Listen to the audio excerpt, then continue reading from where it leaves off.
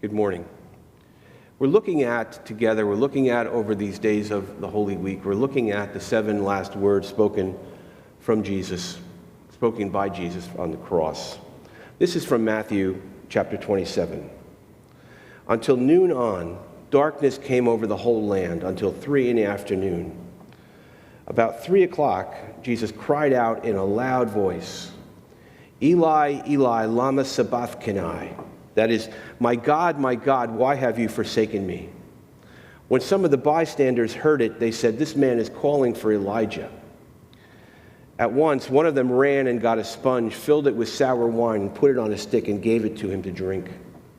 But the others said, "Wait, let us see whether Elijah will come to save him." Then Jesus cried again with a loud voice and breathed his last.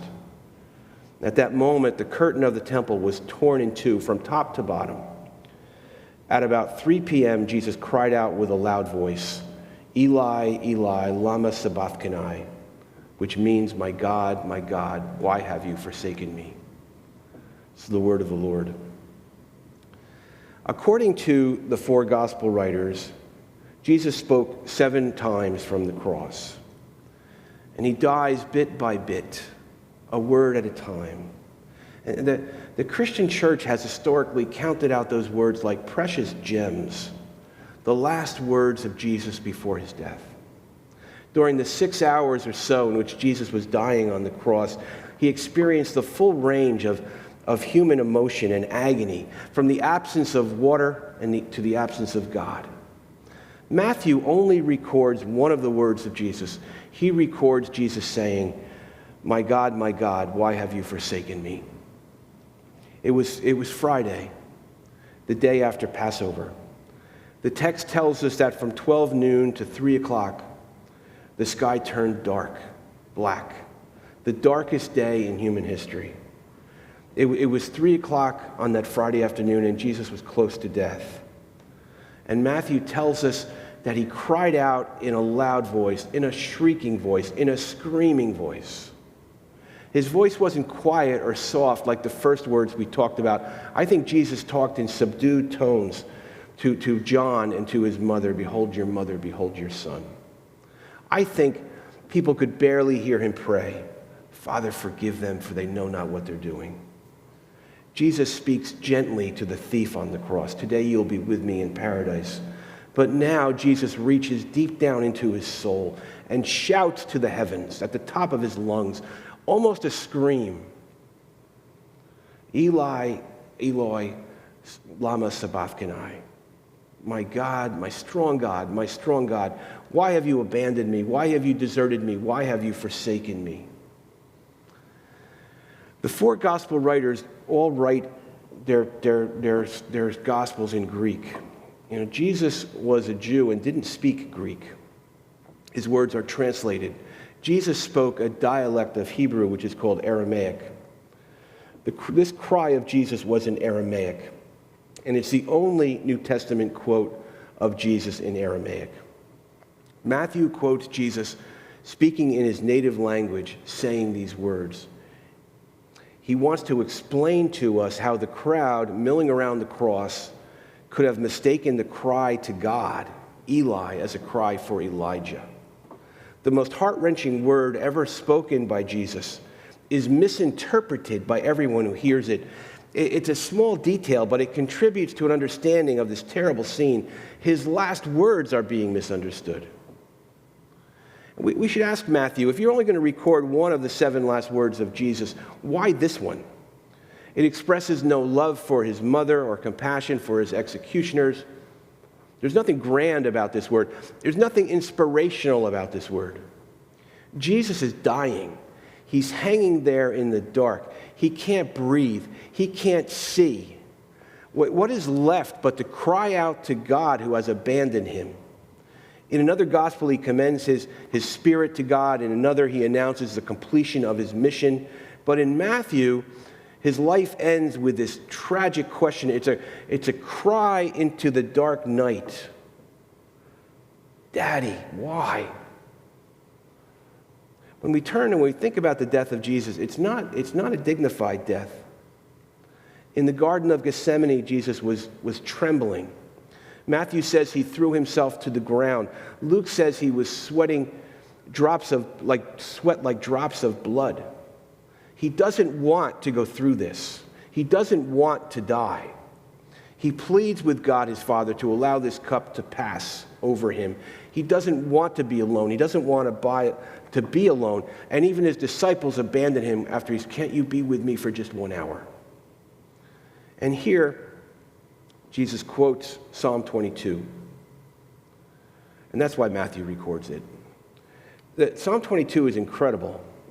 It reads in parts like a first-hand report of the crucifixion of Jesus in its amazing detail. It begins, my God, why have you forsaken me? Why are you so far from helping me, far from the words of my groaning? My God, I cry by day, but you do not answer, and by night and find no rest. All who see me mock me. They make mouths at me. They shake their heads. Commit your cause to the Lord. Let him deliver. Let him rescue the one in whom he delights. Do not be far from me, for trouble is near, and there is no one to help. I am poured out like water, and my bones are out of joint. My heart is like wax. It is melted within my breast. My mouth is dried up like a potsherd, and my tongue sticks to my jaws. You lay me in the dust of death. For dogs are all around me. A company of evildoers encircle me. My hands and feet have shriveled.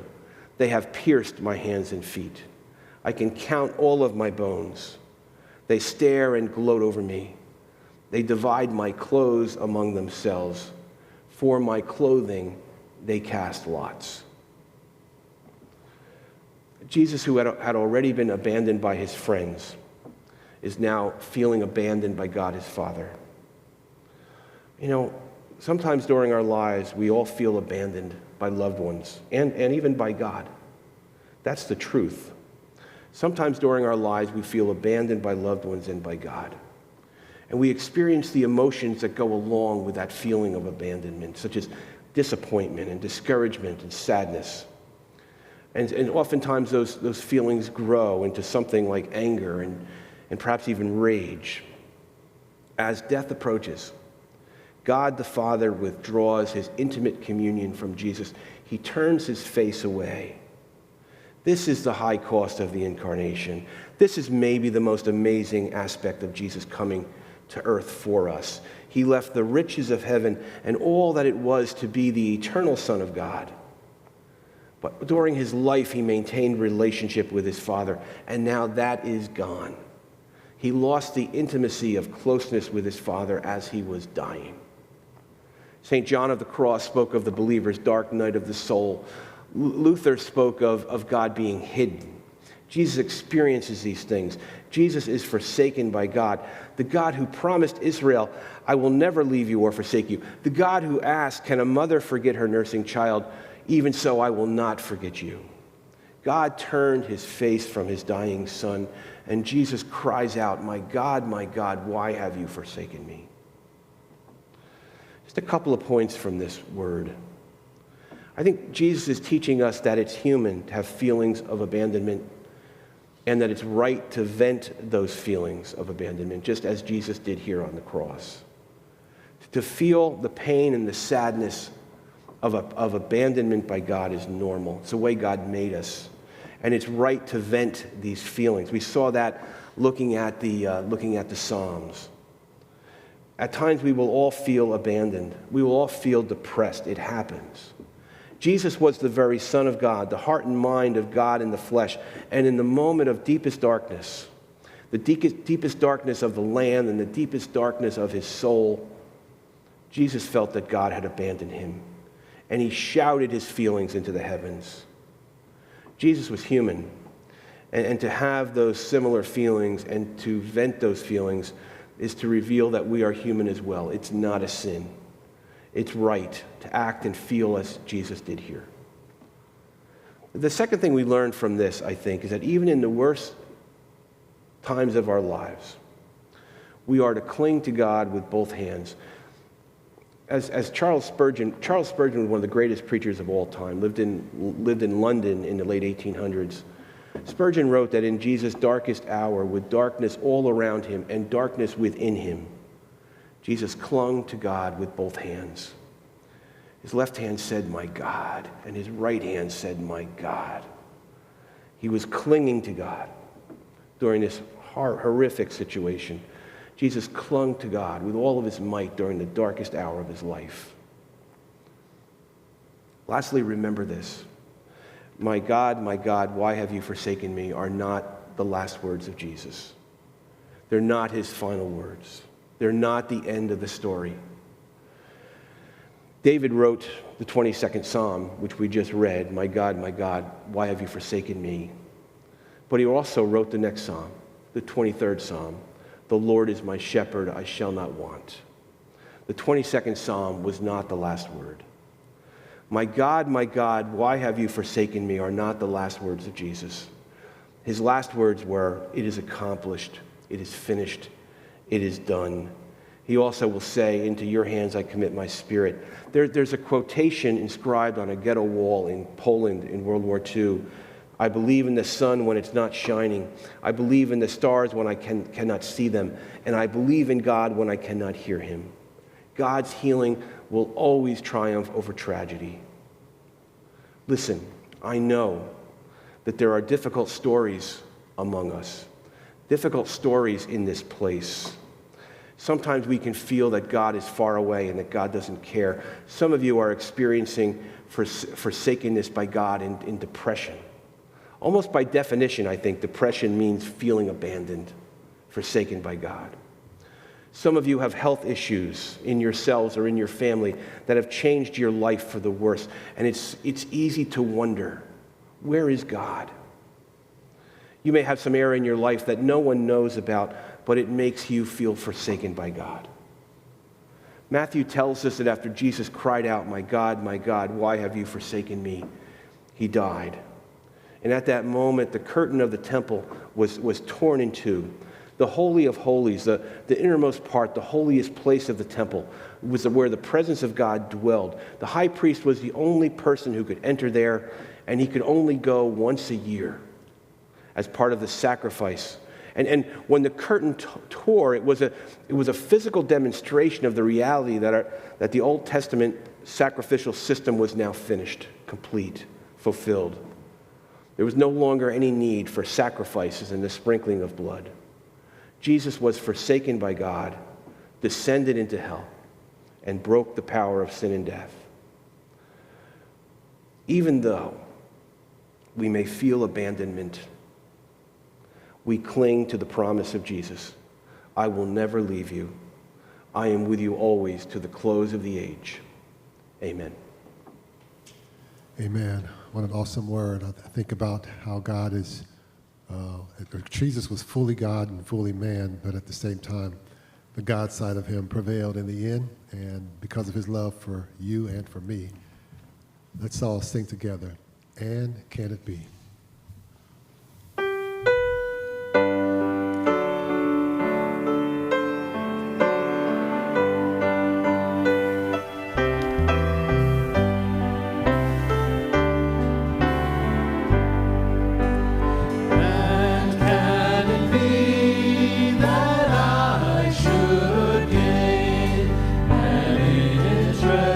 In the Savior's blood.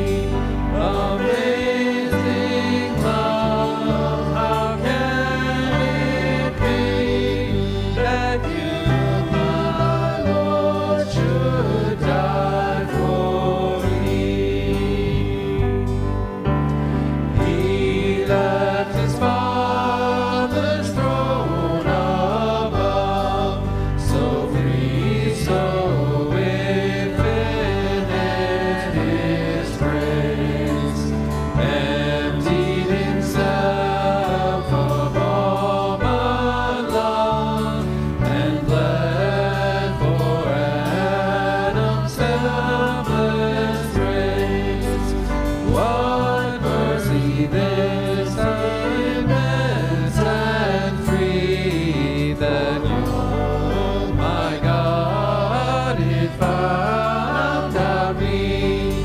Amazing love, how can it be that you, my Lord, should die for me? Long by in prison, spirit led, has found his sin and nature's night. Your sunrise turned that night to day.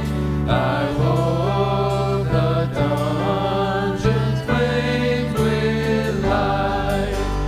My chains fell off, your voice I knew. I rose, went out, and followed you. Amazing love, how can it be that you, my Lord, should die for me? No condemnation now I dread, for Christ and all in Him is mine. Alive in Him, my living hand, and clothed in righteousness divine.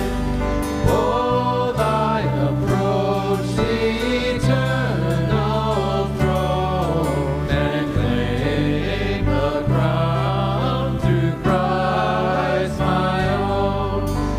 Amazing love, how can it be that you, my Lord, should die for me?